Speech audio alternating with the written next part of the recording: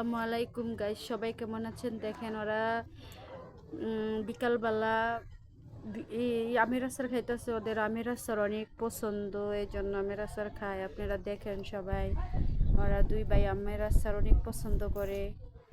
ওরা দুই ভাই দেখেন, আমাদের বাসার পাশে একটি নিম গাছ আছে। দেখেন নিম গাছে অনেক নিম গাছ, অনেক সুন্দর নিম গাছ। দেখেন, কিছু বলো। এই আমার আমের আচার খাইতে অনেক পছন্দ লাগে।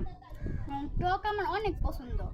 তাই মেয়েরা যতটা টক খায় এর থেকে আমি সব থেকে বেশি টক খাই, বুঝছেন গাইস?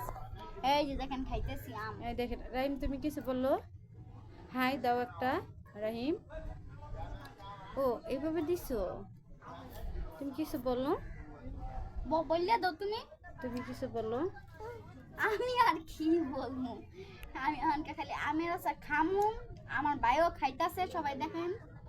মানে আমি সব থেকে বেশি খাইতারি না, ওই কেমনে খাই দেখেন। দেখেন গাইস,